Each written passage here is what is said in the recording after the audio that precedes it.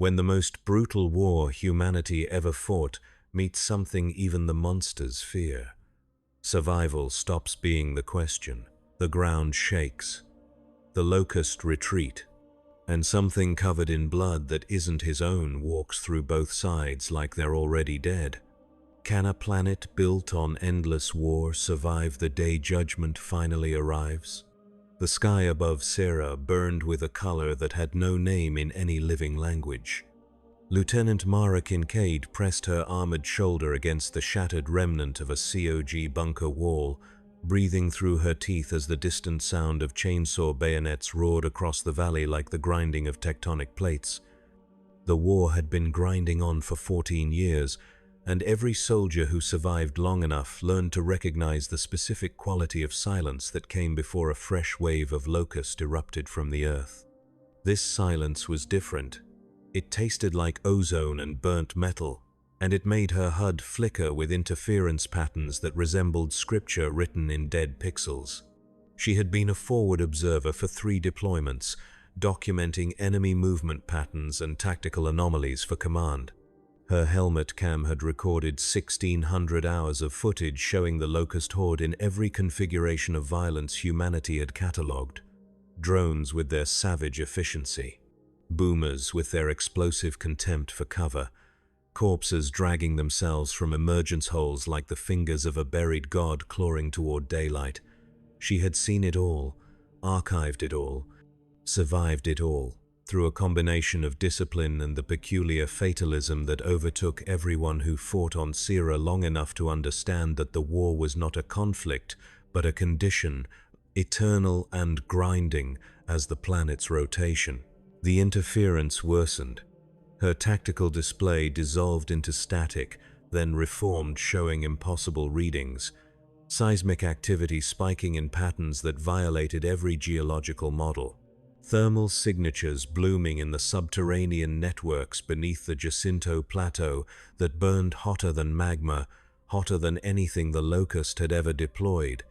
Energy readings that her equipment categorized as weapon discharge, but which registered at levels that would require a power source the size of a small sun. Command was screaming through the crackling comm channel, demanding confirmation, demanding clarification, demanding that someone explain what the sensors were showing, because the alternative was that every instrument in the COG arsenal had simultaneously failed in the same hallucinatory direction. Mara adjusted her helmet, checked the recorder, and began moving toward the source of the disturbance. Standard protocol dictated withdrawal and aerial reconnaissance, but standard protocol had been written for a war that made sense. And the numbers crawling across her HUD suggested that sense had left Sarah entirely. She crossed 300 meters of scorched earth, where a locust emergence had been carpet-bombed 6 hours earlier, the ground still radiating heat through her boot soles, and crested a ridge overlooking what had once been the industrial sector of a town called Mercy Falls. The town was gone, not destroyed in the conventional sense, not reduced to rubble by explosive force or burned away by incendiary weapons, but fundamentally unmade. The buildings had been torn apart at the molecular level, metal and stone separated into component elements and scattered across the landscape in patterns that hurt to look at directly. The emergence hole at the center of the devastation was a wound in the earth, 50 meters across, its edges glowing with an unnatural luminescence that pulsed in rhythm with something deep beneath the surface. And standing at the edge of that wound, silhouetted against light that seemed to originate from everywhere and nowhere simultaneously, was a figure that Mara's brain refused to categorize as human, despite the roughly bipedal configuration. The armor was green, or had been green in some previous context, now scorched and pitted and covered in layers of material that her tactical analysis software identified as biological matter from at least 40 distinct species, none of which existed in any COG database. The proportions were wrong, too massive through the shoulders, too dense in the way it displaced space, as if gravity bent differently in its immediate proximity. It held a weapon that resembled a shotgun the way a cathedral resembles a tool shed, scaled up and covered in glyphs that blazed with the same sick light emanating from the emergence hole. And as Mara watched through her rifle scope, magnification cranked to maximum, the figure turned slightly and she saw the helmet. The visor was a slit of green luminescence that contained nothing human. No eyes, no expression, just a window into a space where rage had been compressed into something crystalline and eternal. The helmet was scored with marks that looked like they had been carved by weapons that operated on principles beyond conventional physics. And across the chestplate, partially obscured by layers of dried viscera, was a symbol that her camera captured and her suit's translation software tried unsuccessfully to parse before crashing entirely. The figure stepped forward into the emergence hole and disappeared into the earth. Mara's hands were shaking as she activated her long-range comm and began transmitting to command. Her voice came out steady through years of training, reporting coordinates and tactical observations, but somewhere beneath the professional veneer, she was trying to explain something that existed outside the framework of the war, outside the categories of ally and enemy, outside the comprehension of anyone who had not seen that visor and felt the way it seemed to look through matter and recognize only the guilty. 3 minutes passed. The ground began to shake. The emergence hole erupted with Locust fleeing toward the surface. Not attacking, not advancing in the coordinated assaults that had defined their tactics for over a decade, but running with the mindless panic of animals fleeing a forest fire. Drones scrambled over each other, clawing for purchase on the tunnel walls. A boomer emerged, dragging itself on 3 limbs, the 4th torn away at the shoulder, its explosive launcher abandoned in whatever hell it had just escaped. Wretches poured out like water from a broken pipe, their usual shrieking replaced by a high-pitched keening that sounded almost like prayer. And beneath it all, rising from the depths like the heartbeat of a collapsing star, came the sound of a weapon firing in measured rhythm, each report accompanied by a flash of light that turned the emergence hole into a beacon visible for kilometers in every direction. The locust that reached the surface lasted approximately 11 seconds before the figure emerged behind them.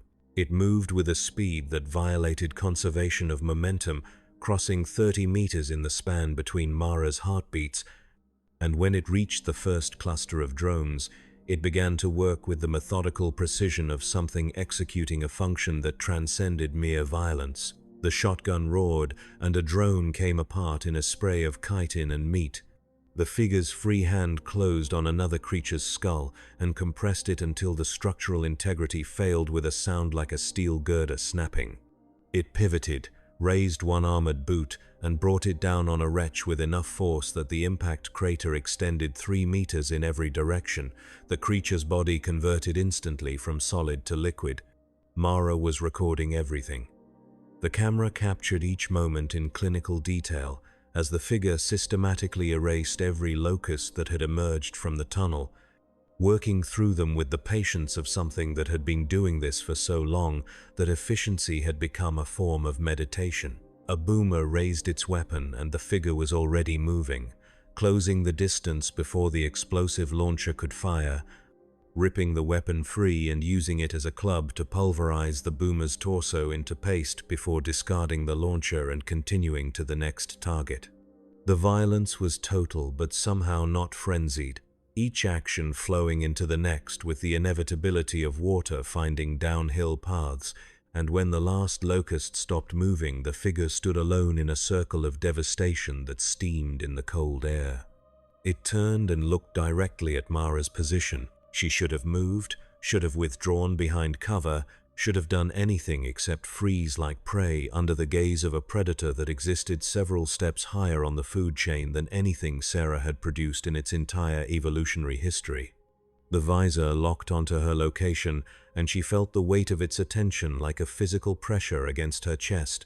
For 3 seconds that lasted a geological epoch, she was certain she was about to die, that whatever criteria the figure used to separate targets from non-targets would categorize her as complicit in some sin she did not understand, and execute her with the same methodical efficiency it had applied to the Locust. Then it turned away, leaped into the emergence hole, and vanished into the depths of Serra. The ground shook for the next 6 hours. Command pulled her back to Jacinto for debriefing before the sun set. The Raven transport cut through turbulent air above a landscape transformed by tremors that had registered on seismographs across 3 continents, and through the open side door Mara could see fresh emergence holes collapsing, falling in on themselves as if something below was systematically destroying the structural supports that kept the hollow intact. Entire sections of the Locust tunnel network were caving in, sealing themselves off from the surface, and the few Locust forces that managed to reach daylight were retreating back underground with a desperation that command analysts were still trying to explain. The briefing room in Jacinto's military complex was designed to hold 20 officers, but when Mara arrived, she found it packed with 40, standing room only, every screen showing footage from her helmet cam on endless loop.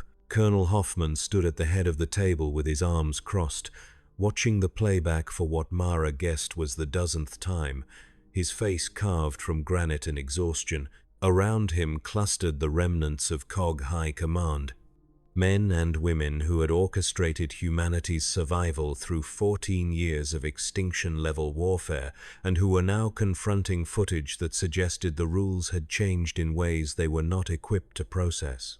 Hoffman froze the playback on the image of the armored figure standing in the circle of dead Locust, then turned to face Mara directly. His voice was rough as stone ground against stone. "Lieutenant, in your professional assessment, what exactly did we just watch?" Mara chose her words carefully, arranging them in formations that might survive contact with the reality she had witnessed. "Unknown combatant, sir. Extraterran origin probable. Equipped with weapons and armor utilizing technology outside COG classification parameters, hostile to Locust forces. Tactical assessment indicates singular objective focused on hollow network penetration and systematic eradication of all encountered enemy forces." "That's what the report says," Hoffman acknowledged. "What I'm asking is what you think it is." She met his eyes and saw the same thing she had felt on that ridge, the recognition that they were operating in a framework that had expanded beyond their maps. "I think it's a weapon, sir. I think something sent it here to finish what we started." A major from intelligence spoke up from the back of the room, her voice tight with the kind of stress that came from staring at impossible data until the impossibility became normalized. "Seismic analysis shows the entity has penetrated to depths exceeding 12 kilometers. Thermal imaging suggests active combat in tunnel networks we didn't know existed. Whatever it's doing down there, it's causing structural collapse across the entire hollow network beneath Jacinto. If this continues, we're looking at subsidence events that could bring down half the city." "Containment options?" Hoffman demanded. The Major's expression made it clear what she thought of that possibility. "Sir, we've deployed every weapon in the COG arsenal against the Locust for 14 years and barely held the line. This thing went through a full assault wave like they were made of paper.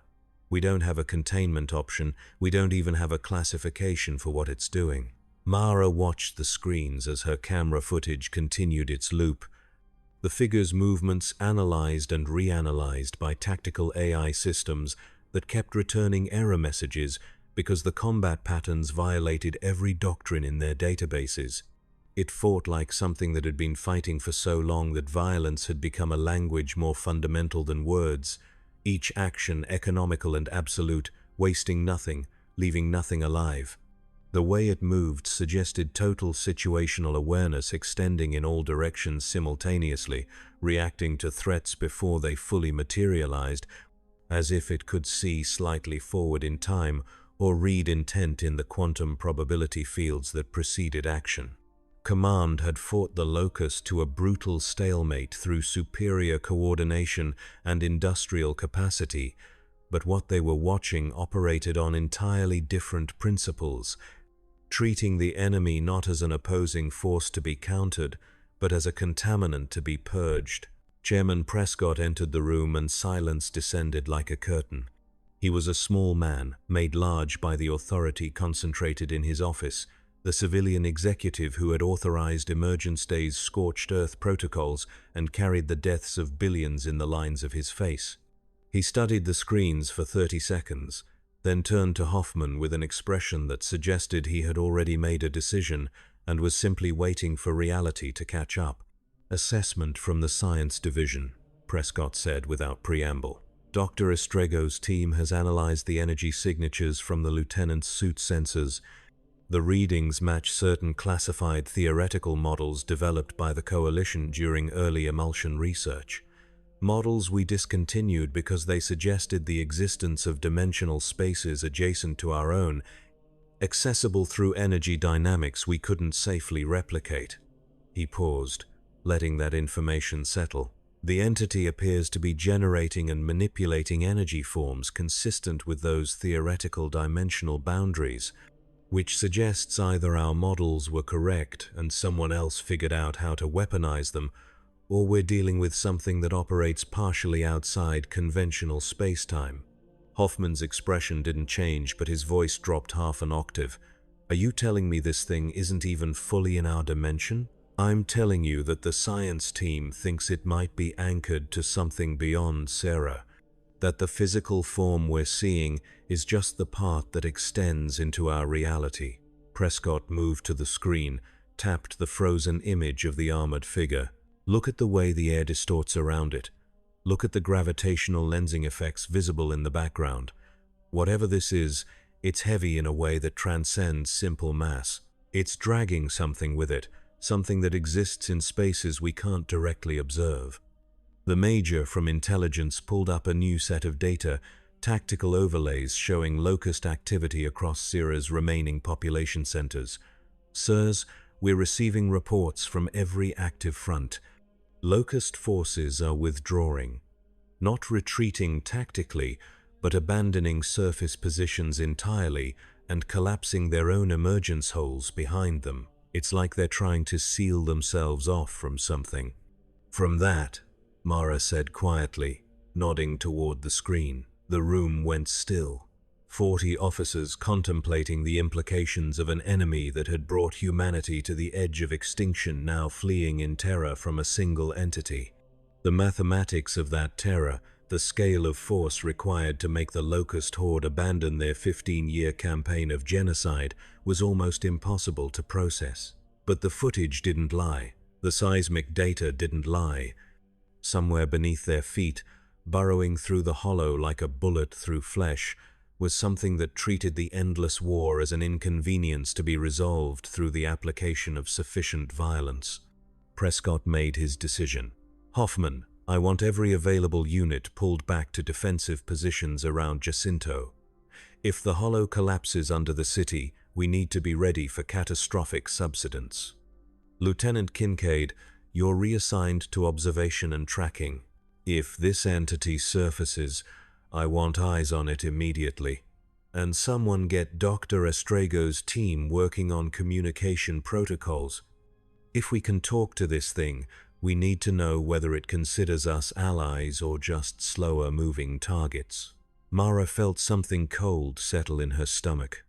The possibility that the figure would categorize humanity the same way it had categorized the Locust, as infection requiring sterilization, had occurred to her on that ridge when the visor locked onto her position.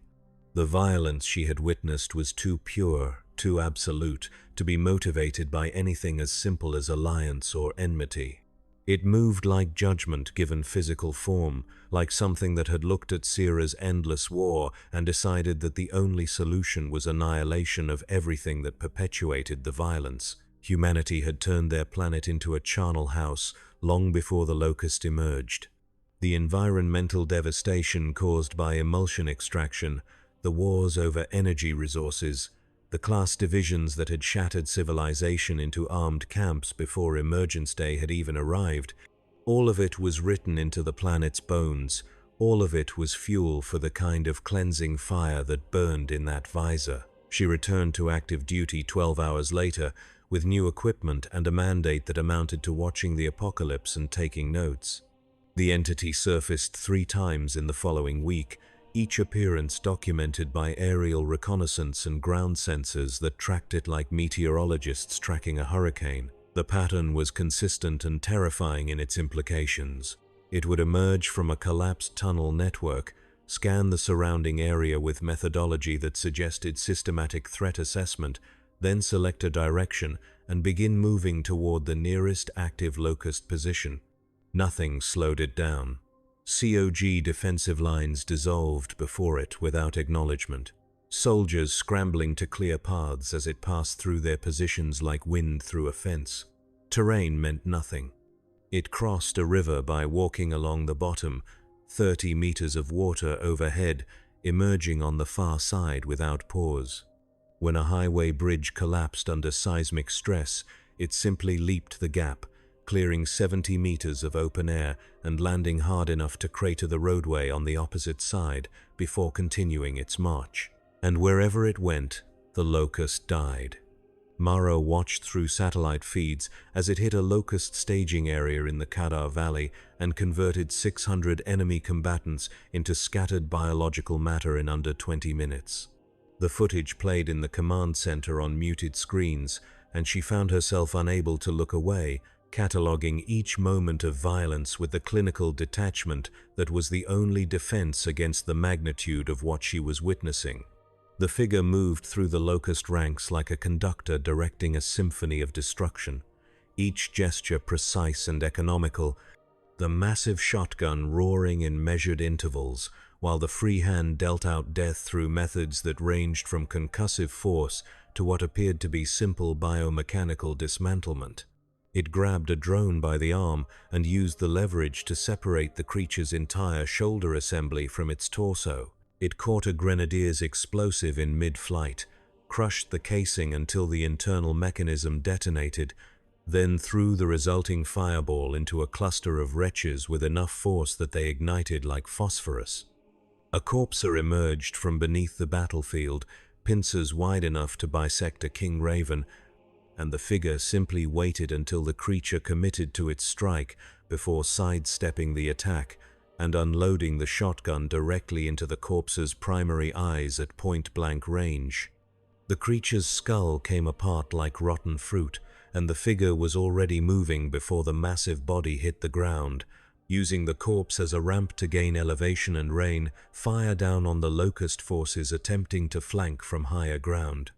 When the ammunition ran dry, it discarded the weapon without ceremony and picked up a lancer from a dead COG soldier, wielding the chainsaw bayonet with the same terrible efficiency it applied to everything else, cutting through locust infantry with mechanical precision until the blade assembly jammed on boomer armor, at which point it simply ripped the creature's head off with its bare hands and continued forward.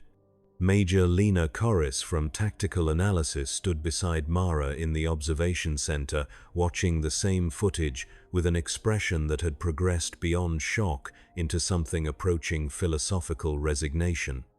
"We've been fighting this war for 14 years, she said quietly. Billions dead. Civilization reduced to one city and scattered outposts. Everything we had, every resource, every life, all thrown into the grinder just to hold the line. And this thing shows up and makes it all look like a training exercise." Mara didn't respond immediately, watching as the figure finished clearing the valley and stood alone among the ruins of the locust force, chest heaving with exertion that suggested limits existed somewhere beneath the armor, even if those limits operated on scales beyond human endurance. "It's not here to help us," she said finally. "I don't think it even sees us. We're just part of the landscape. The locust are the objective. Then where did it come from? Who sent it?" The question hung in the air like smoke from the burning valley on the screen. Mara had been asking herself the same thing since that first contact, trying to construct a framework that made sense of the entity's arrival, its singular focus, its capabilities that seemed to violate fundamental principles of physics and biology. The science teams had theories ranging from dimensional breach to temporal anomaly to extraterrestrial intervention, each more desperate than the last. But none of them addressed the central question of motive. Why Sierra? Why now? Why commit resources that could apparently eradicate an entire planetary ecosystem to the specific task of destroying the locust horde? Unless the answer was simpler than they wanted to believe. Unless something in the broader universe had looked at Sierra and categorized it as an infection that needed to be cauterized before it spread. Unless the endless war, the emulsion contamination, the dimensional wounds left by humanity's industrial rapacity and the locust's emergence from spaces below had created a signature that attracted attention from powers that existed to contain exactly this kind of spreading. Rot. The figure leaped back into an emergence hole and vanished underground, and the seismic sensors immediately registered renewed combat in the deep hollow. Command started calling it the Slayer. Dr. Estrego's team made their breakthrough 6 days after first contact, identifying a pattern in the energy emissions that accompanied the Slayer's movements. The emissions weren't random, but followed mathematical progressions that resembled language, information encoded in fluctuations of energy density and frequency. The patterns repeated with enough consistency to suggest intentional communication, or at minimum some form of operational broadcasting, though whether it was directed outward or simply a byproduct of whatever systems animated the armor remained unclear. Mara sat in on the science briefing, listening to Estrego explain the findings in language that tried and failed to reduce the impossible to manageable terms. "We think it's running continuously," the doctor said, manipulating holographic displays that showed the energy patterns broken down into spectral components. Like a signature, or maybe a declaration of purpose. The closest analogy would be an identification beacon, but the information density is orders of magnitude beyond anything we use for that purpose. It's not just saying who or what it is, it's broadcasting its entire operational framework. "Can we decode it?" Hoffman demanded. Estrego's expression suggested she had been dreading that question. "Sir, we've run it through every linguistic analysis algorithm in the COG database. The structure is consistent with language, but the referents are completely alien. We're getting fragments that might translate to concepts like purity, judgment, cleansing, eternity, but the context is impossible to pin down. It's like trying to translate a religious text written in a language that has no direct correlation to human cognition." Prescott leaned forward, steepling his fingers in a gesture Mara recognized as his tell for when he was about to make a decision that would haunt him. "Religious text, you think this is some kind of zealot?" "I think it operates according to principles we'd categorize as religious if we could comprehend them fully. The patterns suggest absolute conviction, no deviation, no compromise. Whatever criteria it's using to identify targets, those criteria are rigid and non-negotiable." Estrego pulled up footage from the Kadar Valley engagement, froze it on a frame showing the Slayer standing among the dead with its visor angled downward. "Look at this moment." After it finished clearing the area, it spent 37 seconds standing perfectly still. "We thought it was running some kind of post-combat assessment, but the energy patterns during that interval suggest something different. Something almost like prayer." The room absorbed that in silence.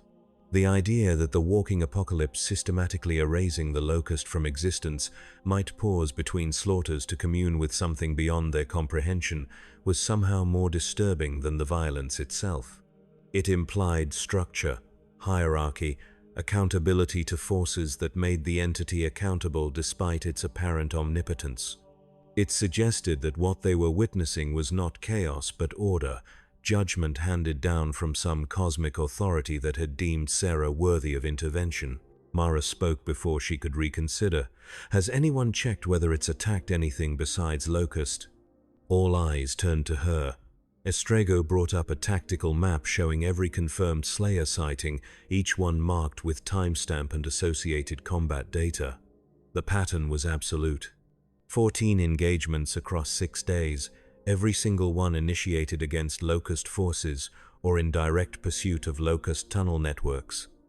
0 civilian casualties. 0 engagement with COG military assets beyond passing through defensive lines without acknowledgement. It had crossed 3 active battlefields where COG and Locust forces were locked in combat, and in each case it had moved through the human positions like they were invisible, engaged the Locust with total commitment, then continued on its trajectory without pause. "It's ignoring us," Major Chorus said slowly, "not because we're allies, because we don't meet whatever criteria it's using to define targets. Or we do meet the criteria, but we're lower priority," Prescott corrected, his voice carrying the weight of someone who had spent 14 years making decisions based on worst-case scenarios. "The Locust are the immediate threat. That doesn't mean we're exempt from judgment, just that we're in queue." Hoffman shook his head, frustration bleeding through his usual iron control. "This is insane. We're sitting here debating the motivations of something we can't communicate with, can't control, and can't stop. For all we know, it'll finish with the Locust and turn that same attention on us. Or it'll collapse the entire Hollow network and bring down Jacinto and every other city still standing.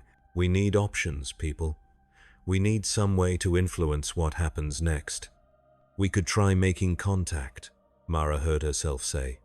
"Direct approach. No weapons, clear non-hostile posture. See if it acknowledges communication attempts." The suggestion landed like a grenade on the conference table. Prescott studied her with the intensity of a man evaluating whether to spend a valuable asset. "You volunteered for that, Lieutenant?" She hadn't, not consciously, but the words were already out, and retreating felt like cowardice in the face of something that demanded courage, even if that courage was functionally indistinguishable from suicide. "I've had the most direct observation time. If it's going to recognize anyone, it might recognize someone it's already scanned and categorized as non-hostile."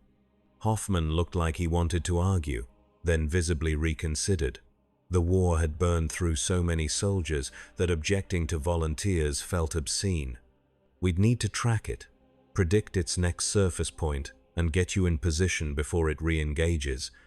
And if this goes wrong, Lieutenant, we won't be able to extract you. You understand that?" She understood. The Slayer moved faster than any extraction team could respond, hit harder than any defensive position could withstand, and operated according to logic that might categorize her attempted contact as threat or contamination. But someone had to try. Someone had to step outside the observation role and make an attempt at changing the equation, because the alternative was waiting to see whether the entity finished its purge of the Locust and then turned its attention to the civilization that had poisoned their planet with emulsion and set the stage for the Locust emergence in the first place. "I understand, sir." Prescott made a gesture that was equal parts benediction and dismissal. "Then God help you, Lieutenant, because I don't think anything else can." The science team predicted the next surface emergence with 73% confidence based on seismic pattern analysis and the Slayer's observed tendency to surface near major Locust staging areas. The location was a former emulsion refinery complex in the Stromson forest, abandoned 8 years earlier when the Locust had overrun the entire region and converted it into one of their primary surface strongholds. Intelligence estimated 2,000 to 3,000 Locust in residence, organized around a network of emergence holes that connected to the deep hollow through tunnels wide enough to drive a truck through. If the predictions were accurate, the Slayer would surface within the complex perimeter within a 6-hour window starting at dawn. They inserted Mara via King Raven at 0400, dropping her 3 kilometers from the target zone and leaving her to cover the remaining distance on foot through forest, transformed by 8 years of Locust habitation into something that resembled the landscape of a dying world.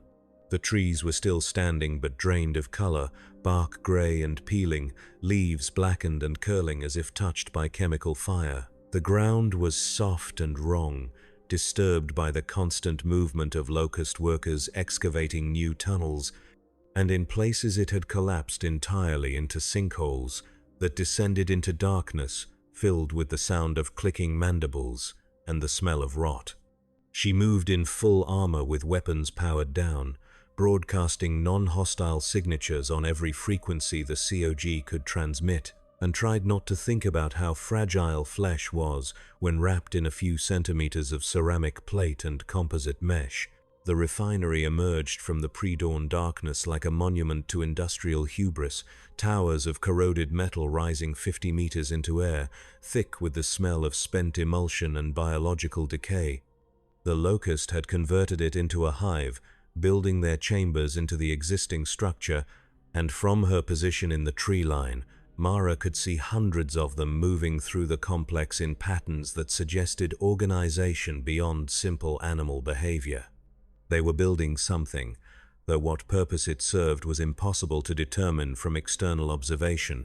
She found a position in the skeletal remains of an administrative building, set up her observation equipment, and waited for the world to end.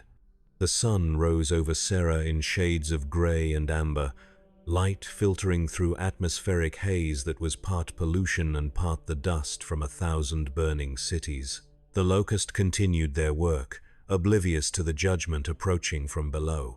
Mara checked her gear obsessively, verifying that every system was broadcasting her non-hostile status, that the translation software was running in case the Slayer responded to communication attempts, that her vital signs were being transmitted back to command in real time, so they could at least document her death if this went as badly as probability suggested it would. At 0647, the ground began to shake.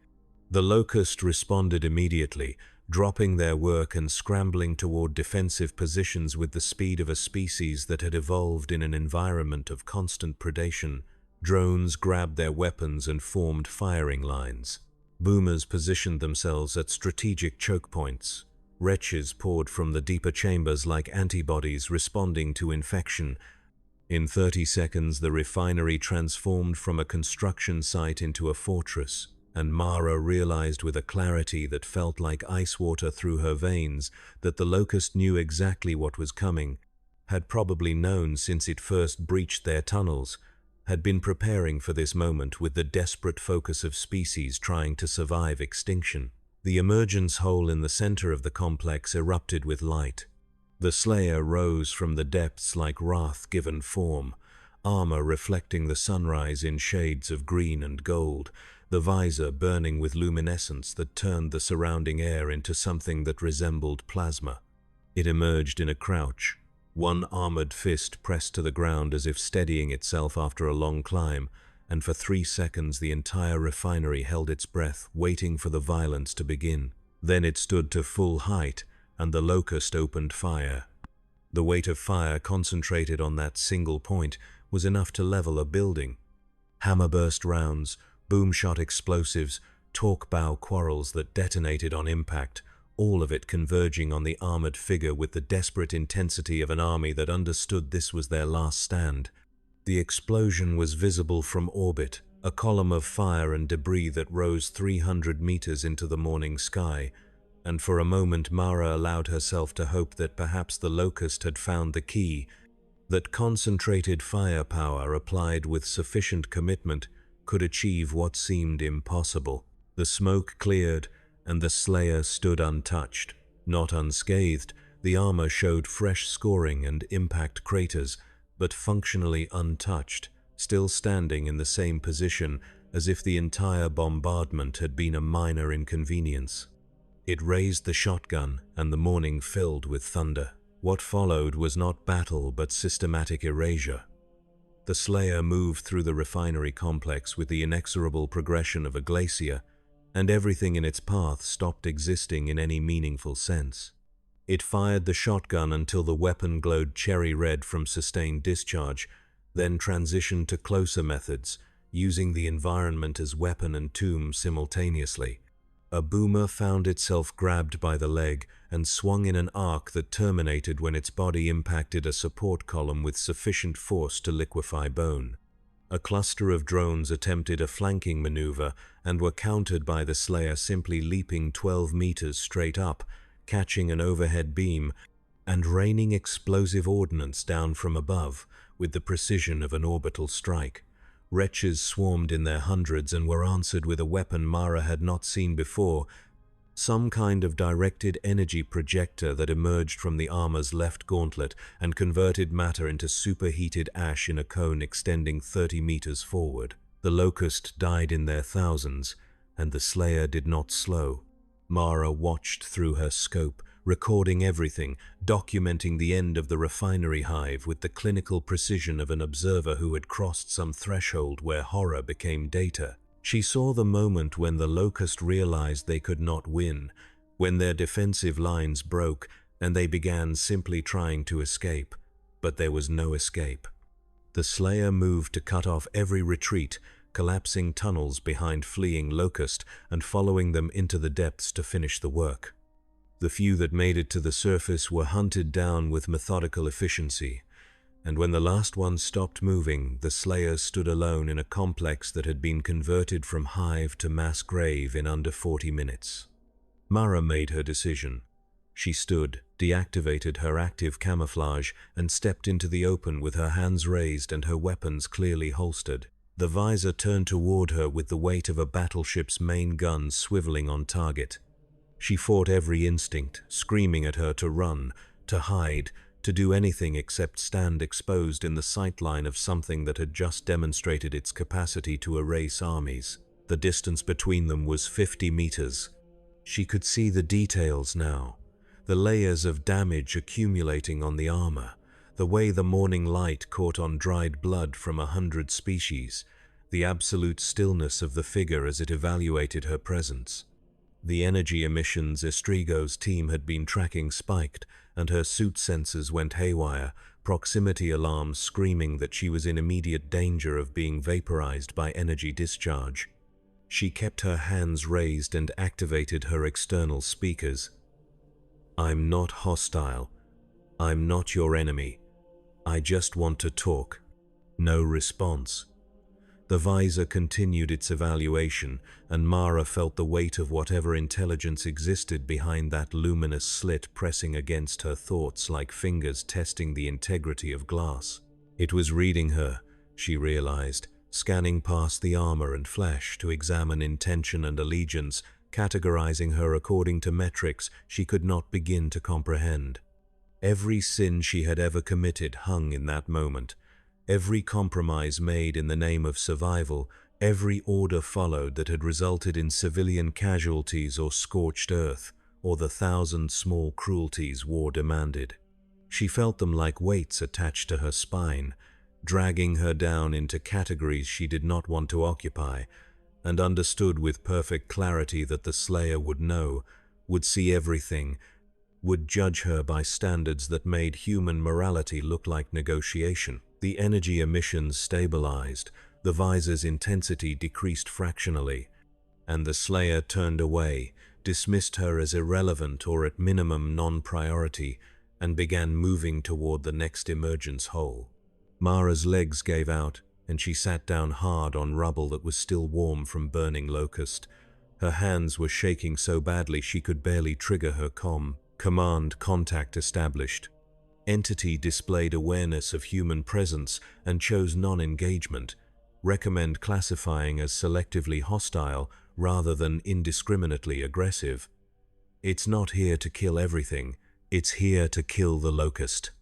Hoffman's voice came through with relief and tension in equal measure. Did it communicate? No, sir. But it understood I was trying. And it decided I wasn't worth the ammunition. She watched the Slayer disappear into an emergence hole, taking the violence with it, leaving silence and death in proportions that were already becoming familiar. "Sir, I think it's trying to end the war, not by helping us win, by removing the other side entirely. Then we need to stay out of its way and let it work." Mara looked at the refinery complex, at the thousands of Locust corpses cooling in the morning air, at the emergence holes collapsed and sealed, and tried to calculate how long it would take the Slayer to purge Sera of every locust in existence if it maintained this pace. Weeks, maybe months, if the deep hollow proved more resistant than the surface hives. And then what? Would it leave, mission accomplished, returning to whatever hell had forged it? Or would it turn that same scrutiny on humanity and find them wanting, find them guilty of the crimes that had made the locust emergence possible in the first place? She didn't have answers. She just had the footage, and the data, and the memory of that visor's weight against her thoughts. Command pulled her out 6 hours later, and by the time the Raven lifted off, the Slayer had cleared 3 more hive complexes, and the seismographs were registering subsidence events across 700 square kilometers of locust-occupied territory. The war was ending. Whether humanity would survive the peace was still an open question. Sera transformed over the following weeks into a planet learning to fear silence. The constant background noise of warfare that had defined existence for 14 years began to fade as locust forces withdrew deeper and deeper into the hollow, abandoning surface positions that had cost rivers of blood to establish and maintain. Emergence hulls collapsed daily, sometimes dozens in a single evening, the ground shaking as tunnel networks that had existed for centuries were systematically destroyed from within. Cog forces advanced into territories that had been locust strongholds for years and found nothing but empty warrens and the smell of burning chitin. Mara spent those weeks in observation rotations, tracking the Slayer through satellite feeds and seismic data, building a profile of its operational patterns that read less like a tactical analysis and more like a theological dissertation. It moved with purpose that transcended mere mission parameters, following routes that made no strategic sense until you factored in concentrations of locust biomass or proximity to deep hollow arterial tunnels. It was reading the planet's wounds, she realized, following the infection to its source, burning it out with the patience of something that had all the time in the universe and no capacity for mercy. The science teams continued their attempts at decoding the energy transmissions, making incremental progress that mostly confirmed what Mara had suspected since first contact.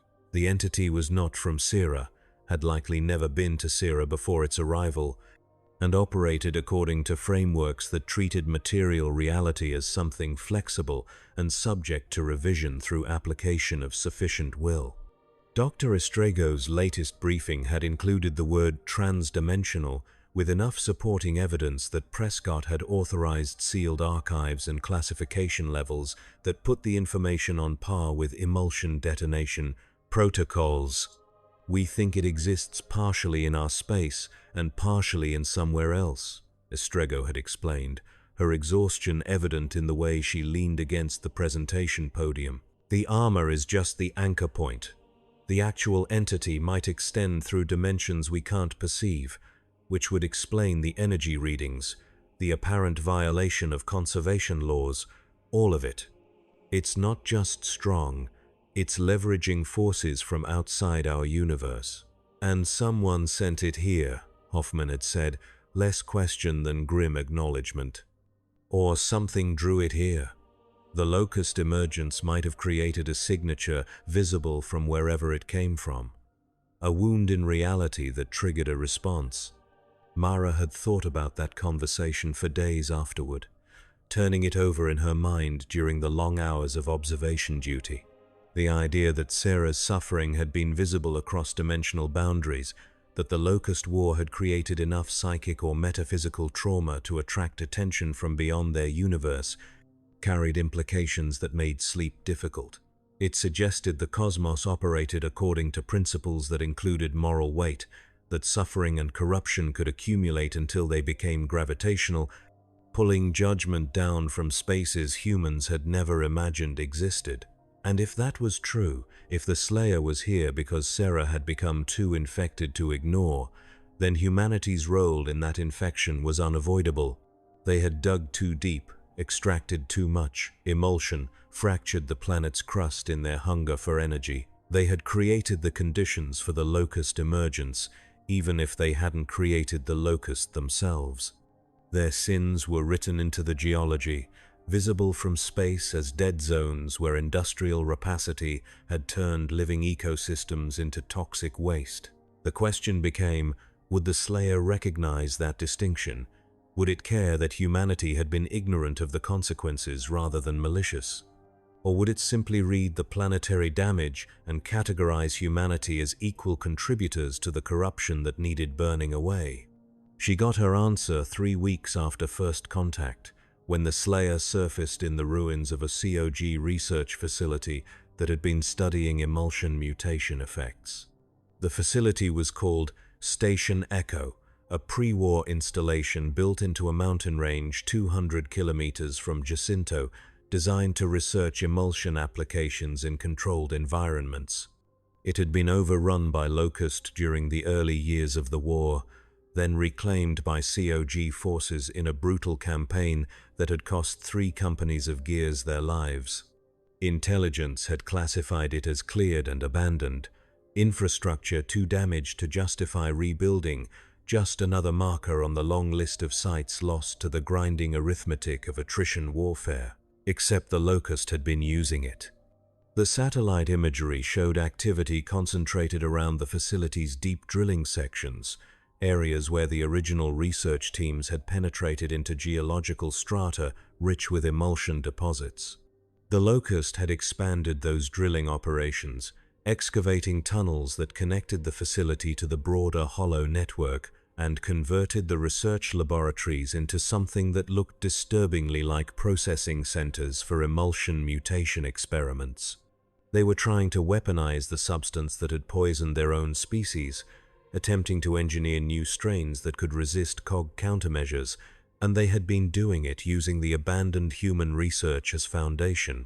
The Slayer hit the facility at dawn with the methodical precision that had become its signature. Mara watched the engagement from a command observation post, feeds coming in from multiple surveillance platforms, and saw the pattern that had repeated across dozens of sites play out again with variations that sent cold recognition through her chest. The Slayer cleared the Locust forces with its usual efficiency, but this time it didn't stop when the last enemy stopped moving. It continued into the facility's interior, descending through levels of compromised research infrastructure, and began systematically destroying everything. Not just Locust equipment, everything. The original COG research terminals, the emulsion processing arrays, the biological containment units that had held test subjects, the geological drilling apparatus, the computational cores that stored decades of research data. It moved through the facility like a wildfire through dead wood, using weapons that seemed specifically designed for demolition, reducing every system to slag and rubble with the same attention it devoted to enemy combatants. And when it reached the deep drilling sections, where emulsion veins ran through exposed rock face like diseased blood vessels, it planted charges that weren't in any COG arsenal, devices that burned with light that hurt to look at directly, even through camera feeds. The entire mountain came down, a controlled detonation that started at the base and propagated upward, collapsing the facility into the emulsion veins below, sealing them off from the surface with several 100,000 tons of rock and earth. The seismic event registered across 3 provinces, and when the dust settled, Station Echo no longer existed except as a geological scar that would take centuries to erode. Hoffman watched the footage with an expression that suggested he had just witnessed something that confirmed his worst suspicions. It's not just here to kill Locust. It's here to erase anything connected to the emulsion contamination. Prescott pulled up the data analysis, overlaying the Slayer's known movements with maps of emulsion deposits and extraction sites. The correlation was undeniable. Every location the entity had prioritized showed high concentrations of emulsion presence or infrastructure built to exploit emulsion resources. The Locust had been the primary target because they represented the most active and aggressive vector of the contamination, but the underlying objective was broader. The Slayer was sterilizing Syrah of emulsion and everything it touched. "Which includes us," Prescott said quietly. The entire COG industrial base is built on emulsion. Our power generation, our manufacturing, our medical technology, all of it runs on emulsion derivatives. If that entity decides to purge every emulsion-contaminated system on Sera, it'll have to go through Jacinto, through us. Mara felt the pieces falling into place with the terrible inevitability of gravity. The Slayer had ignored humanity so far because it was focused on active threats, on locust forces actively spreading the contamination. But once those forces were eliminated, once the immediate infection was burned away, the entity's attention would turn to root causes, to the civilization that had drilled into the planet's depths and released the poison that made everything afterward possible, to the people who had built their existence on exploitation of a substance that apparently registered as corruption severe enough to justify intervention from beyond their dimension. "How long do we have?" Hoffman asked, and Mara appreciated that he didn't waste time arguing about inevitabilities. Estrego brought up seismic tracking data, projecting the Slayer's current trajectory against the remaining Locust strongholds. It's burning through the hollow network faster than our models predicted. At current rate, it'll clear the last major Locust concentration within 6 weeks. After that, the only significant emulsion infrastructure left on Sera will be ours. 6 weeks. 42 days to figure out whether humanity could survive in a universe where using emulsion was apparently a crime punishable by dimensional sanction. Prescott made the decision without hesitation, the same iron certainty that had authorized the Hammer of Dawn strikes that killed billions to slow the Locust advance. Start decommissioning protocols. Every emulsion-powered system in Jacinto gets shut down and dismantled. I don't care if it cripples our infrastructure. We transition to backup power, renewable sources, anything that doesn't involve emulsion, and we do it quietly. No public announcements. The population is already on the edge. If they find out we're being threatened by the same force that's been saving us from the Locust, we'll have riots. Sir, the engineering alone will take months. Someone from logistics protested. We're talking about reworking the entire city's power grid. Then we work fast. Because the alternative is that thing decides Jacinto is just another contamination site and brings down the same judgment it brought to Station Echo. Prescott turned to Mara with an expression that suggested he was about to decide. Give an order he expected might be refused. "Lieutenant, I need you to find it. Get ahead of its projected route, establish direct contact again, and attempt communication. If we're going to survive this, we need to know whether it's willing to recognize our efforts to decommission the emulsion infrastructure, whether it will give us time." Mara wanted to argue, wanted to point out that the last direct contact had been pure luck and that attempting it again while the Slayer was actively purging contamination sites would likely result in her being categorized as part of the problem rather than an honest observer. But she had volunteered once, had established the precedent that she was willing to put herself between humanity and the entity's judgment, and retreating now felt like betraying everyone who would die if the Slayer decided Jacinto needed sterilization. "Understood, sir. I'll need the most current tracking data and a fast transport. If I'm going to get ahead of it, I need to move now." They gave her a King Raven with the fastest pilot in the fleet and coordinates for a projected surface emergence 12 hours out. She spent the flight reviewing every piece of data they had accumulated on the Slayer, looking for patterns that might suggest communication protocols or behavioral indicators of receptivity to non-hostile contact. The entity had demonstrated awareness of her presence twice, had chosen non-engagement both times, but that was a far cry from actual dialogue. For all she knew, attempting to communicate would trigger defensive protocols that categorized speech as threat. But she had to try. Had to step outside the role of observer and become an actor in the narrative that was reshaping their world. Because the alternative was watching Sera get cleansed of human presence along with Locust and Emulsion, And if that happened, at least she would have the satisfaction of knowing she died trying to prevent it rather than simply documenting the apocalypse. The Raven dropped her in the Tollin Hills 6 hours before the projected emergence, giving her time to set up observation equipment and prepare herself mentally for what might be her last conversation with anything. The location was an old emulsion extraction site, shut down years before Emergence Day when the wells ran dry, now overgrown with vegetation struggling to reclaim poisoned soil. The Locust had been using it as a waypoint, connecting surface positions to deeper hollow arteries, and satellite imagery showed recent activity suggesting they were fortifying the position for a final stand. They weren't going to get one. The Slayer emerged from the Earth 3 hours ahead of schedule, bursting from the ground with enough force to create an impact crater 15 meters across, and began clearing the Locust forces before they could fully mobilize. Mara watched from concealment 500 meters out, tracking the entity's movements, waiting for the moment when the violence subsided enough that attempting contact wouldn't result in her being caught in the crossfire. The moment came after 20 minutes, when the last Locust stopped moving and the Slayer stood alone in the extraction site's central yard.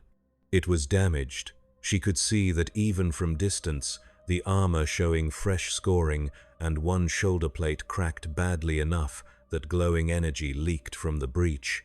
It had taken hits during the engagement, enough to compromise the armor's integrity, and for the first time Mara wondered if the entity was actually vulnerable, if sustained damage could accumulate to the point where the Slayer's apparent invincibility became simply very difficult to kill. She stepped from concealment with her weapons holstered and her hands visible, walking slowly toward the center of the site. The Slayer's visor tracked her approach with the same mechanical precision a targeting system would display, and she felt the weight of that attention like pressure against her chest. 50 meters, 40, 30. She stopped at 20 meters, close enough to be heard without shouting, far enough that hopefully she wouldn't trigger close combat protocols. "I'm Lieutenant Mara Kincaid, Coalition of Ordered Governments. I'm here to talk about Jacinto." The Slayer stood motionless, a statue carved from violence and purpose. She continued, forcing her voice to remain steady. "We know you're here to cleanse the emulsion contamination. We know the Locust are just part of that objective, and we know that eventually you're going to have to deal with human civilization, because we built everything on emulsion too." She paused, giving the entity time to process if it was capable of processing human speech. "We're decommissioning it. All of it. Every emulsion-powered system in Jacinto is being shut down and dismantled.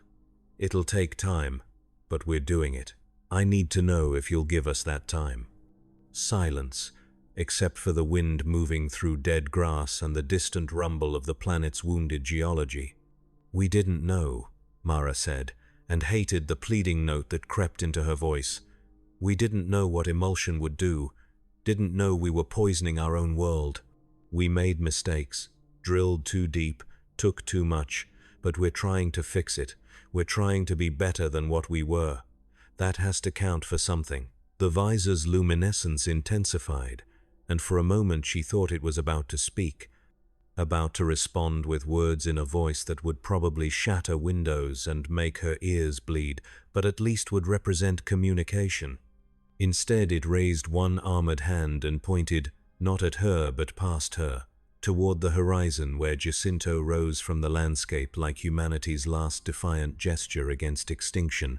The meaning was clear. The Slayer knew where Jacinto was, knew what it represented, and when it finished with the Locust, it would come to evaluate whether humanity's efforts at decommissioning the contamination were sufficient, or whether Jacinto needed the same judgment that had erased Station Echo. Mara held the entity's gaze for 3 more seconds, then nodded and began backing away slowly, keeping her movements non-threatening, giving it no reason to recategorize her from non-priority to target. The Slayer watched her retreat, then turned and leaped back into the emergence hole, disappearing into the depths of Sarah to continue its systematic eradication of everything the Locust had built. She triggered her comm as soon as she was back in concealment. Command, second contact established. Entity demonstrated awareness of Jacinto's location and significance. Recommend we accelerate decommissioning protocols.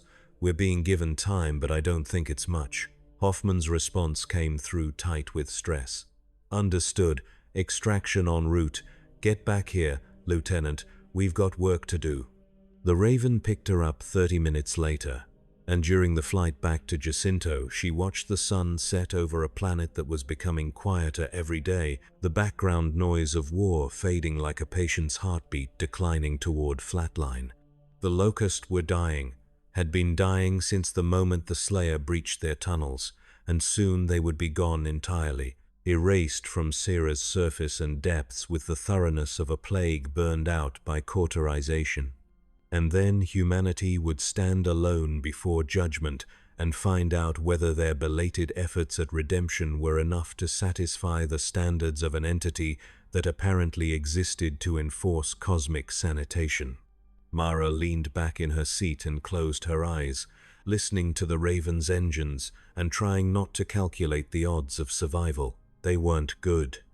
Jacinto transformed over the next month into a city systematically dismantling its own foundations in a race against divine judgment.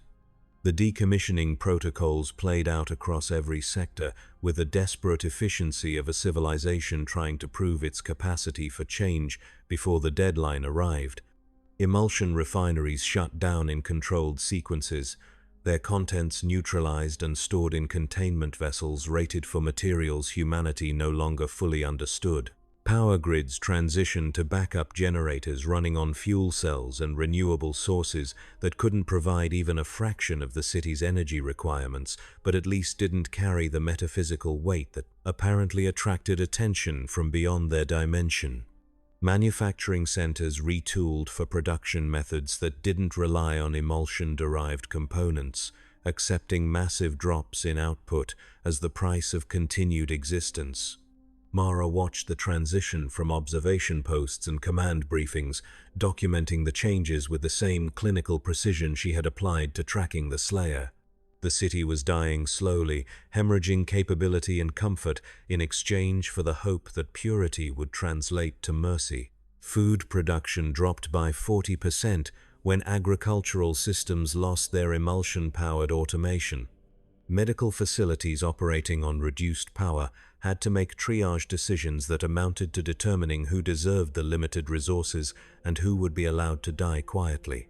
The civilian population, kept ignorant of the specific threat but aware that something had changed, responded with the weary resignation of people who had endured 14 years of war and no longer had the capacity for panic. Prescott addressed the city 3 weeks into the decommissioning process, standing before crowds gathered in Jacinto's central plaza with the weight of billions of dead hanging from his shoulders like a physical burden. He told them that the war against the Locust was nearly won, that victory was approaching but required sacrifice, that the city needed to reduce its dependence on emulsion for reasons of long-term sustainability and strategic security. He did not mention the Slayer, did not explain that they were being forced to abandon the foundation of their civilization by an entity that had demonstrated its willingness to collapse mountains and burn cities in service of eradicating contamination. The crowd listened with the exhausted focus of people who had heard too many speeches about necessary sacrifice, then returned to their routines of survival and tried not to think too hard about what necessitated this particular sacrifice. The Locust continued to die in their thousands, emergence holes collapsing daily across Sera's remaining contested territories. COG forces advanced into regions that had been enemy strongholds for years and found only empty warrens and the smell of burned chitin. The few Locust encountered showed signs of psychological trauma, fleeing at the first sign of human presence, no longer the coordinated military force that had brought civilization to its knees, but scattered refugees trying to find somewhere the Slayer couldn't reach. There was nowhere. The entity hunted them through vertical kilometers of tunnel network, following them into depths where pressure should have crushed the armor and heat should have melted flesh, and emerged victorious every time. Mara tracked the campaign through seismic data and satellite imagery, watching the map of Locust-controlled territory contract like a wound healing through cauterization. The deep hollow networks were collapsing in sections, massive subsidence events, as primary arterial tunnels were destroyed from within, and geological surveys predicted that within weeks large portions of Syrah's crust would be fundamentally restructured as the evacuated spaces filled in with settling rock and magma intrusion from below. The planet was changing, healing itself through violence, and humanity's cities perched on the surface like observers watching surgery performed with orbital strikes. Dr. Estrego's team continued their analysis of the energy emissions, building a profile of the Slayer that read less like technical documentation and more like mythology transcribed into scientific notation. The entity was burning through material resources, they determined. The armor showing cumulative damage that suggested even transdimensional endurance had limits. But it was also drawing power from somewhere else. From spaces adjacent to reality where physics operated according to different principles. And as long as that connection remained intact, the Slayer could sustain combat operations indefinitely. They were watching something that existed partially in their universe, and partially in a space where concepts like fatigue and mortality were negotiable rather than absolute. "It's a weapon," Estrego explained during one briefing, her exhaustion evident in the way she leaned against her presentation materials. But not in the conventional sense, more like a force of nature given direction and purpose. Whoever or whatever created it, they designed it to exist in multiple states simultaneously. Physical and metaphysical, material and conceptual. It's not just killing Locust, it's erasing the idea of Locust from Syrah's reality matrix. Hoffman processed that with the grim acceptance of someone who had stopped being surprised by impossibilities. And when it finishes with the Locust, then it evaluates whether Syrah still represents contamination requiring sterilization. Estrego pulled up the latest readings from the decommissioning protocols, showing Jacinto's declining emulsion signature. "We're making progress. The city's metaphysical footprint is decreasing. Whether it's decreasing fast enough is the question we won't know the answer to until the entity surfaces here and makes its assessment." Mara found herself thinking about that constantly, running probability calculations in her head during the long watches, trying to determine what criteria the Slayer would use to judge humanity's efforts. Would it recognize intention, the fact that they were actively trying to remediate the damage? Or would it simply measure contamination levels against some absolute threshold and execute judgment based on whether they passed or failed? The entity operated according to logic that seemed absolute and non-negotiable, showing no mercy to the Locust, giving no quarter to anything connected to the corruption it was purging. Humanity's partial compliance might register as insufficient, might be categorized as simply a slower form of the same disease.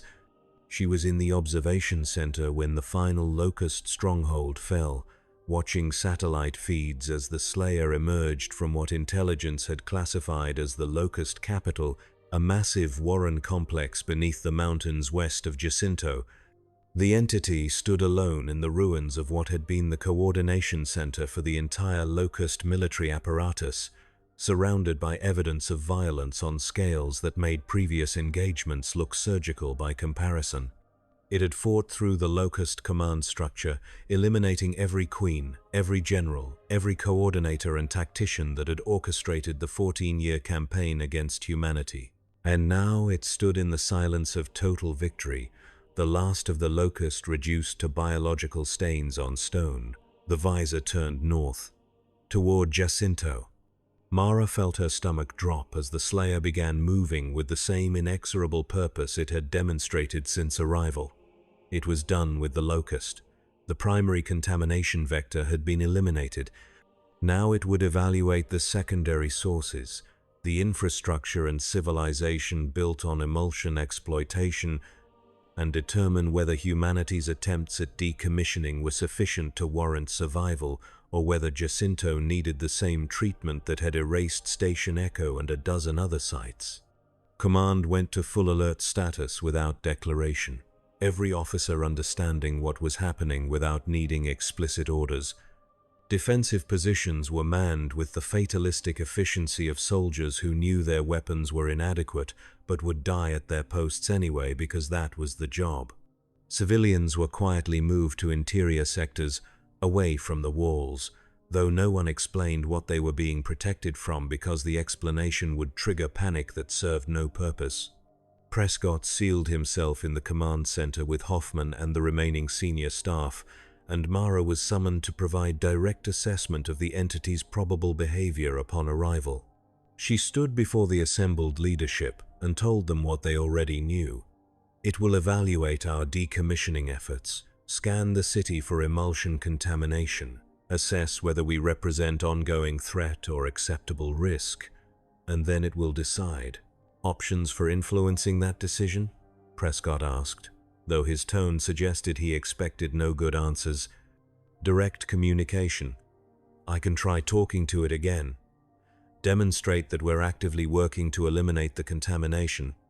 Ask for time to complete the decommissioning protocols. Mara paused, choosing her next words carefully. But if it decides we're insufficient, there's nothing we can do to stop it.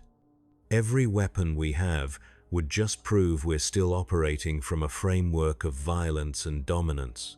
The best option might be non-resistance. Show that we're willing to accept judgment. Hoffman's expression made it clear what he thought of that suggestion. You're recommending we just stand down and let it destroy the city if it decides we don't pass inspection? I'm recommending we don't give it additional reasons to categorize us as threats. This entity has demonstrated selective aggression. It kills Locust because they represent active contamination. It destroyed Station Echo because the facility was being used to weaponize emulsion. If we respond with violence, we confirm we're part of the problem rather than part of the solution. The room absorbed that in silence, 40 officers contemplating the mathematics of survival through submission. It violated every instinct that had kept them alive through 14 years of warfare, went against every doctrine in the COG playbook, but the alternative was fighting something that had erased armies and collapsed mountains without apparent effort. Pride was a luxury they could no longer afford. Prescott made his decision. All defensive positions shift to observation mode only. No weapons hot unless the entity initiates violence. Lieutenant Kincaid, you'll meet it at the outer wall and attempt communication. If it responds positively, guide it through the city so it can verify our decommissioning efforts. If it responds negatively, at least we'll have tried diplomacy before the end. Mara accepted the assignment with the same fatalistic certainty that had carried her through 2 direct contacts already.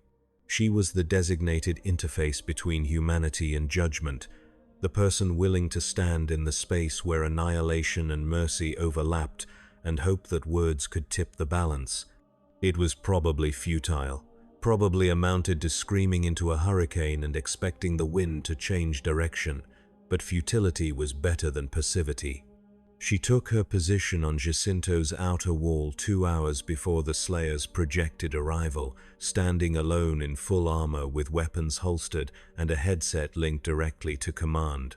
The sun was setting over Sierra in shades of orange and purple, light filtering through atmospheric haze that was clearer than it had been in years, now that industrial pollution had declined with the decommissioning protocols.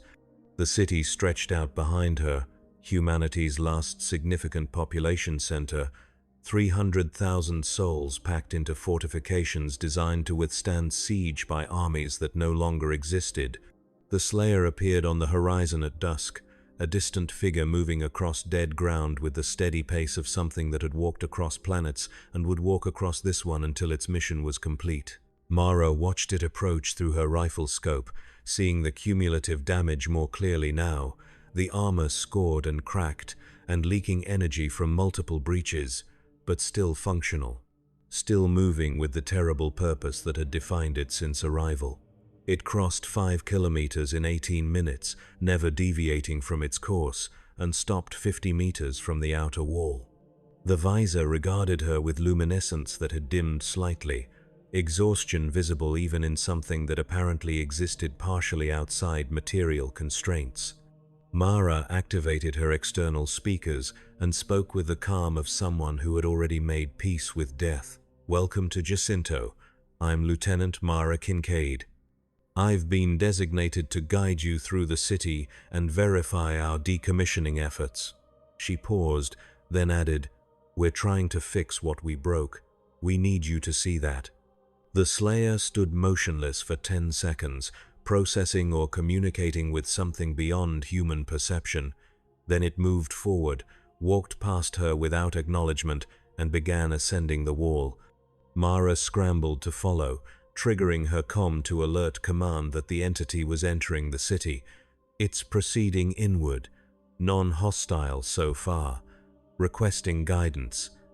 Hoffman's response was immediate. "Stay with it. Document everything. If it starts showing signs of aggressive intent, withdraw and we'll evacuate the immediate area." She tracked the Slayer through Jacinto's outer districts, watching as it moved with clear purpose toward the industrial sector, where the major decommissioning work was concentrated. It walked through streets cleared of civilians, past defensive positions where gears stood at parade rest with weapons safed, acknowledging nothing except the objective that drew it forward.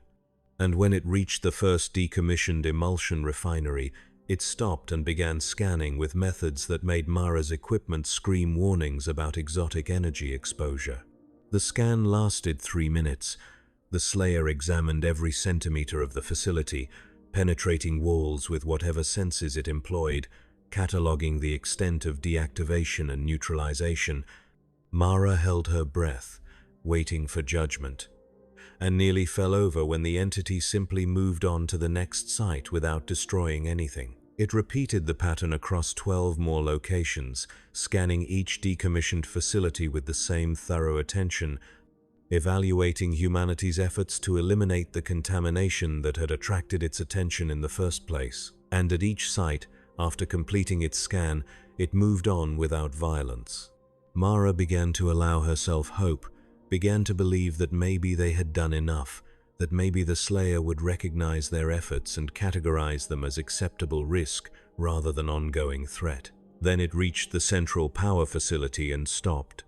The facility was still partially operational, maintaining reduced power output to keep critical systems running while engineers worked to transition to alternative sources. It still contained emulsion, still burned the substance in controlled reactions to generate electricity, still represented active contamination even if the levels were declining daily. The Slayer stood before the facility's main entrance, and the visor's luminescence increased to combat levels. Mara stepped between the entity and the entrance, hands raised but voice firm. "This facility is being decommissioned. We're 30% through the transition to alternative power. Give us 2 more weeks and it'll be completely shut down. Please. We're doing everything we can." The Slayer regarded her with the weight of something that had made similar calculations across 100 worlds and found that intentions meant nothing compared to results.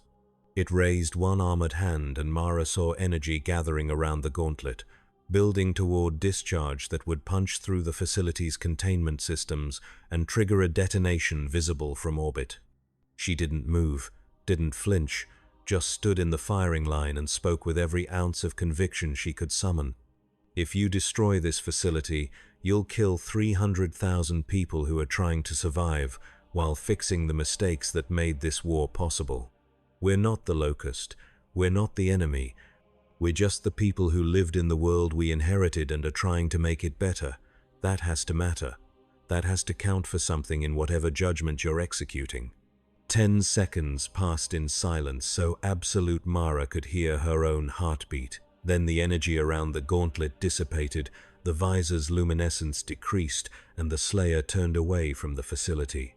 It resumed its patrol through the city, scanning other sites, evaluating other locations, and Mara collapsed against the nearest wall with relief so intense it felt like drowning in reverse. Command was shouting through her comm, demanding status updates, but she could barely form words. "It's standing down. It saw we were trying and it's giving us time." The Slayer completed its evaluation of Jacinto over the next 6 hours, scanning every major industrial site, every contaminated location, every place where humanity's emulsion dependency had left marks on the city's infrastructure, and at each location, after thorough analysis, it moved on without violence.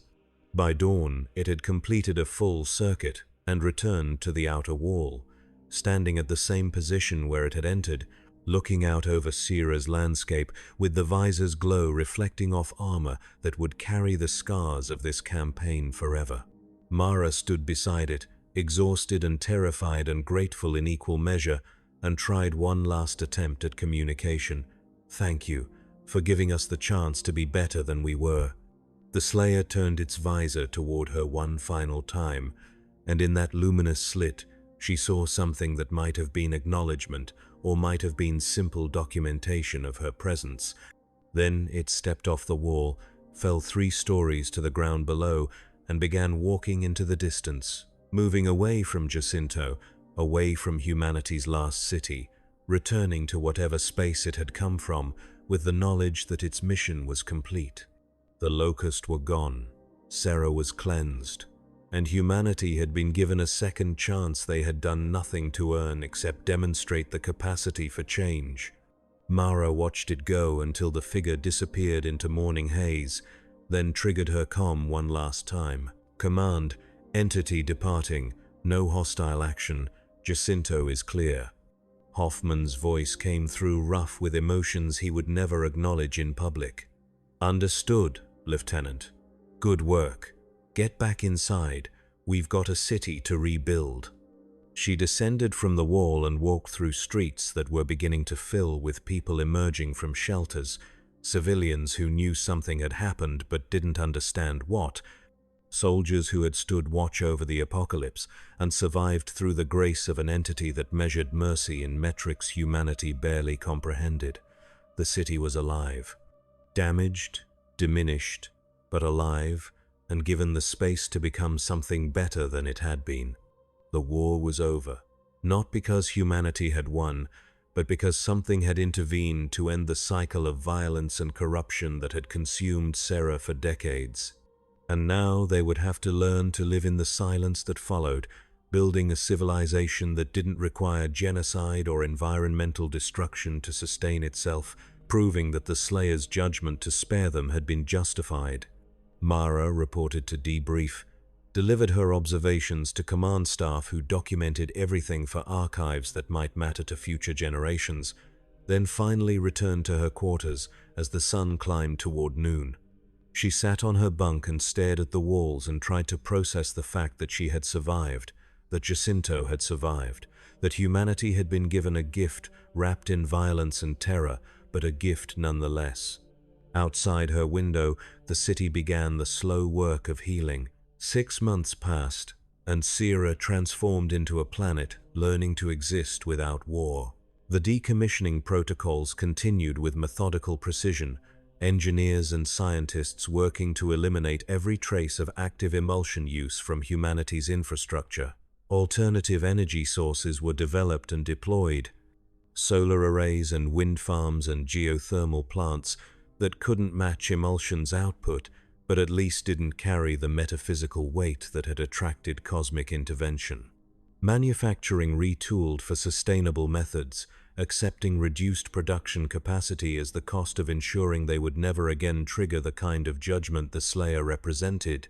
The Locust were truly gone, confirmed by reconnaissance missions into the Hollow that found only collapsed tunnels and empty warrens.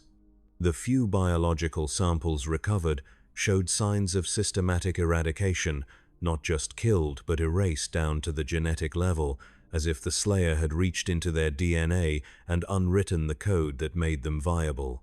Entire species that had comprised the Locust ecosystem were simply absent from the biological record, removed from Sierra's evolutionary tree with surgical precision. What remained was silence and dust, and the slowly settling geology of a planet healing from the wounds of hosting a species that should never have existed. Mara was promoted to captain and assigned to lead the Planetary Recovery Corps, a new division tasked with monitoring Syrah's long-term remediation and ensuring humanity never again fell into patterns that would attract intervention from beyond their dimension. She spent her days reviewing decommissioning reports and studying the data they had accumulated on the Slayer, building protocols that might help future generations avoid similar judgment. The footage from her helmet cam became required viewing for every COG officer, a reminder of what happened when civilizations built themselves on foundations of exploitation and violence. She thought about the Slayer often, wondered where it had gone after leaving Jacinto, whether it had returned to whatever space had birthed it or moved on to other worlds with similar contamination problems. The energy signatures had ceased entirely 3 days after its departure. The last readings detected fading into background radiation, as if the entity had stepped fully out of their dimension and sealed the door behind it.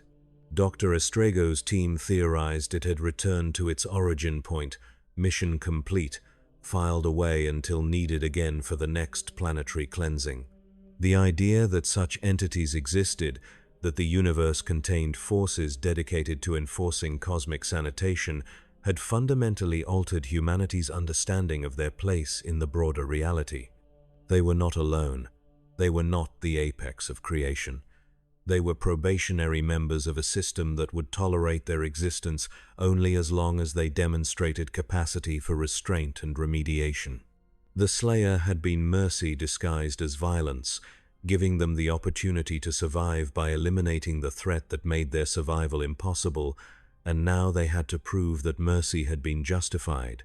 Prescott addressed what remained of the COG leadership on the anniversary of the Slayer's departure, standing in Jacinto's rebuilt Central Plaza before a crowd that had grown by 30,000 as refugees from outlying settlements returned to a capital that was finally safe. He spoke about the cost of the war, the billions dead and the planet scarred, but also about the opportunity they had been given to build something better, to create a civilization that didn't require endless growth fueled by unsustainable extraction, to prove that humanity could learn from its mistakes even when those mistakes had nearly caused their extinction. Mara listened from the back of the crowd, watching people who had survived impossibility after impossibility begin to allow themselves hope for the first time in decades. The city was changing, growing outward into territories that had been locust strongholds, reclaiming Syrah's surface one careful kilometer at a time. Agriculture was returning, ecosystems slowly recovering from the dual traumas of industrial pollution and 14 years of warfare. The planet was healing, and humanity was learning to heal with it. That night she returned to observation duty, standing watch over the decommissioned industrial sector, and allowed herself to remember the moment when the Slayer had stood before the power facility with energy gathering for a strike that would have killed hundreds of thousands.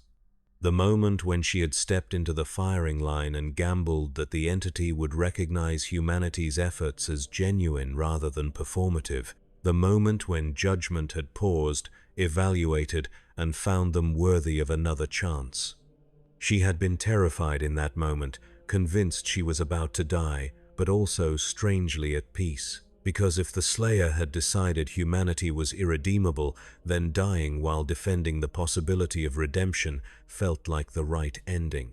And when the entity had chosen mercy instead, had recognized their efforts and stepped back from annihilation, she had understood that survival was not a right but a responsibility, that they had been given something precious and fragile and would need to prove every day that they deserved to keep it. The stars came out over Jacinto in numbers Mara had never seen before, atmospheric clarity improving as industrial emissions declined, and she thought about the spaces between those stars where entities like the Slayer waited for contamination to reach critical levels.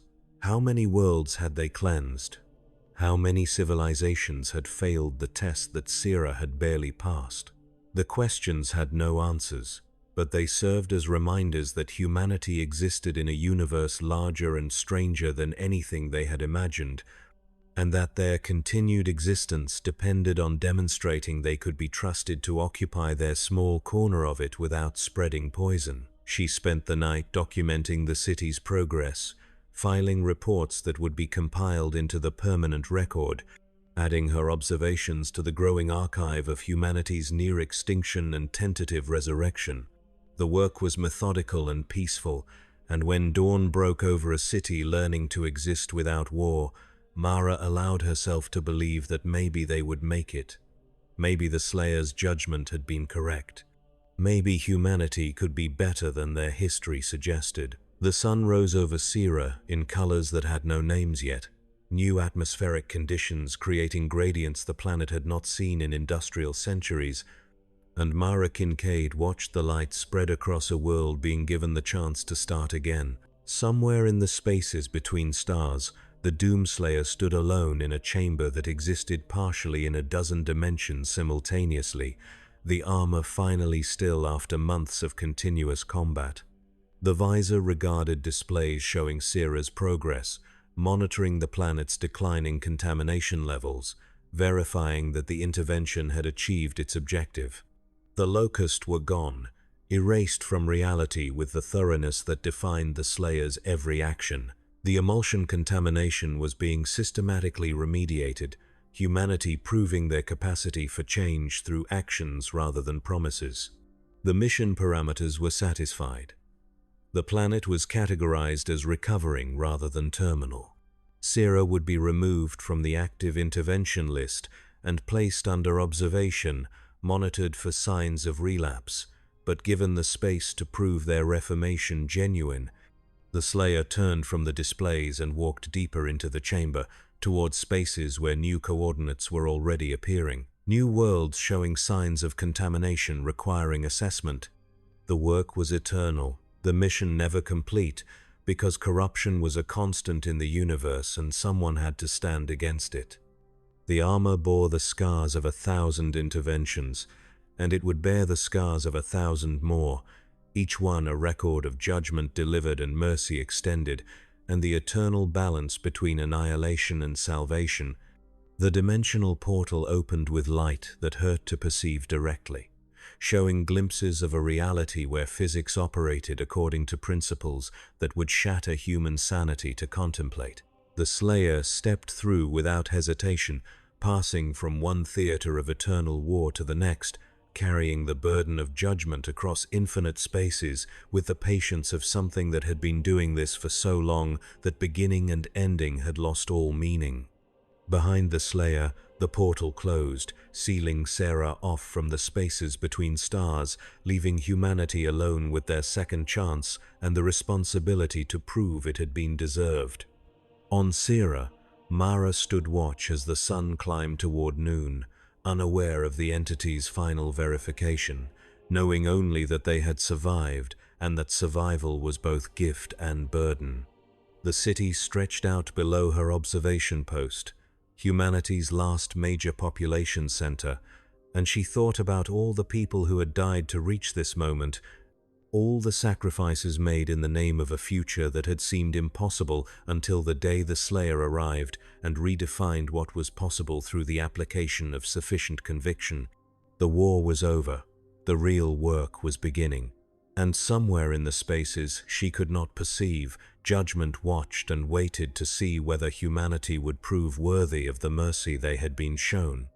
The planet turned beneath an indifferent sun, carrying its cargo of survivors toward an uncertain future, and Mara Kincaid did the only thing she knew how to do: stood watch, documented the changes, and held faith that humanity could learn from the apocalypse that had come and gone, leaving them alive in its wake.